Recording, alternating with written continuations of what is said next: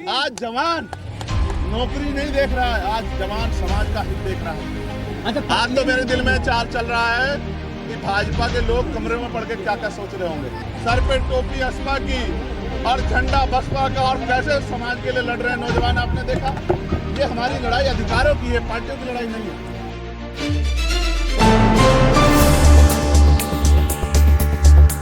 पटना में लाठी चली है, क्या करें?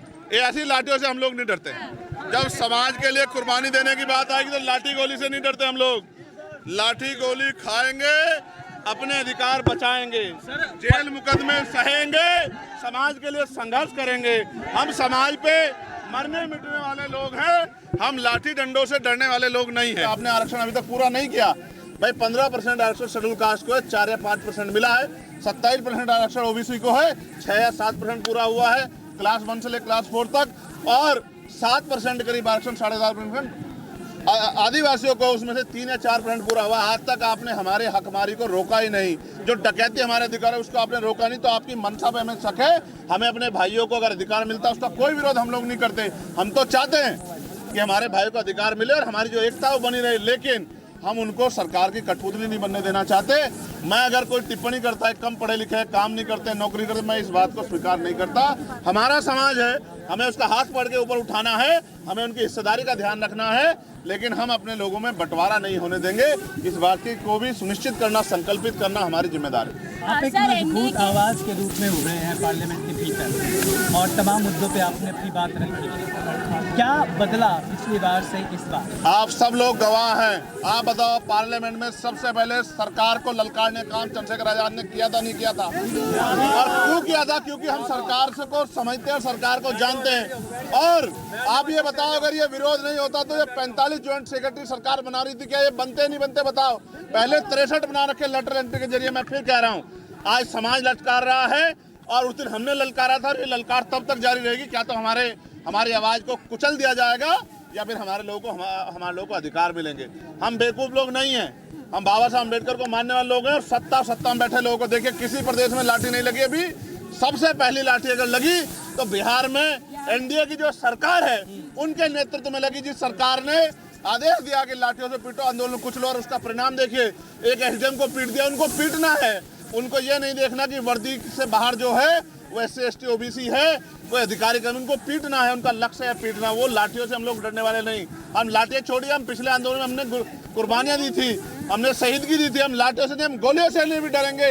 अगर समाज के अधिकार बचाने की बारी आई, हम बाबा साहब को मानने वाले लोग हैं, हमारे और काशीराम साहब को मानने वाले लोग हैं, हमारा महामना रामस्वरूप वर्मा जी को मानने वाले लोग हैं, हम दीना माना वाल्मीकि जी को मानने वाले लोग हैं।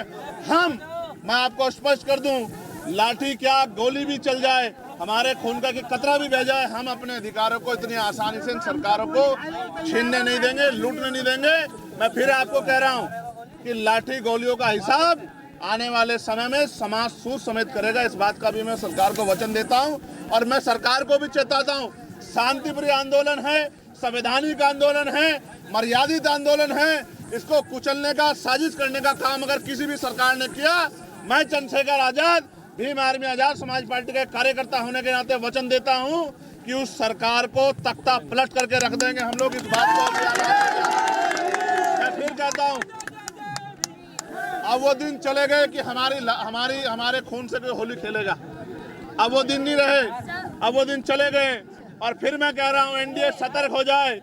एनडीए में भी जो हमारे लोग उनको समर्थन करके बैठे, वो भी अपने समाज के लिए एकजुट खड़े हैं। अगर सरकार तानाशाही करेगी, गुंडागर्दी करेगी, तो हमारे ही लोग इस सरकार को, पहले भी एक वोट से माननीय बहन जी ने सरकार गिरा दी थी, आने वाले कल में एक वोट बहुत कीमती है। एनडीए याद रखे, हमारे लोग जितने समाज के साथ खड़े हुए, जितने वो सांसद बन के गए SC ST के, अगर अपने समाज के साथ खड़े हो गए तो ये सरकार जमीन पे पड़ेगी। इस बात को आप याद रखें। एनडीए के कई सहयोगी हैं जो आज समर्थन कर रहे हैं भारत बंद का। चिराग पासवान तो वही जीतन मांझी इसका विरोध कर रहे हैं, कह रहे हैं हमारी जाति अलग है। इसको कैसे देखते हैं? क्या आने वाले समय में एनडीए में फूट हो सकती है? देखिए, मैं फिर कह रहा हूँ, जिसे समझ आ रहा है वो विरोध कर रहा है, और जिनको नहीं समझ आया उनको अपने भाइयों को हम लोग बिठा के वार्ता करके टेबल टॉक करके समझाएंगे। गोलमेज कॉन्फ्रेंस हुई थी या नहीं हुई थी?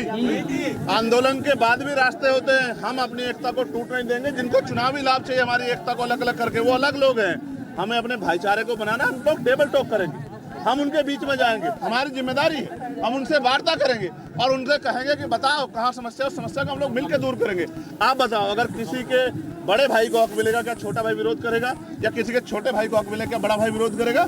सवाल ये है, कुछ लड़ाइयाँ ऐसी होती हैं जो समाज हित में लड़नी पड़ती है। जब समाज किसी कोई फैसला ले लेता है तो पार्टियों को पीछे जाना पड़ता है, समाज के साथ खड़ा होना पड़ता है। जब हम लंबे समय से सुप्रीम कोर्ट को देखते हैं, जब हम लंबे समय से भारतीय जनता पार्टी को देखते हैं, जब हम लंबे समय से उनकी सरकारें देखते हैं, जब हम लंबे समय से इस देश में वंचित वर्गों के अधिकारों में जो कुठाराघात हो रहा है उसको देखते हैं, जब हम अपने लुटते हुए अधिकारों को देखते हैं तो हमें समझ आता है।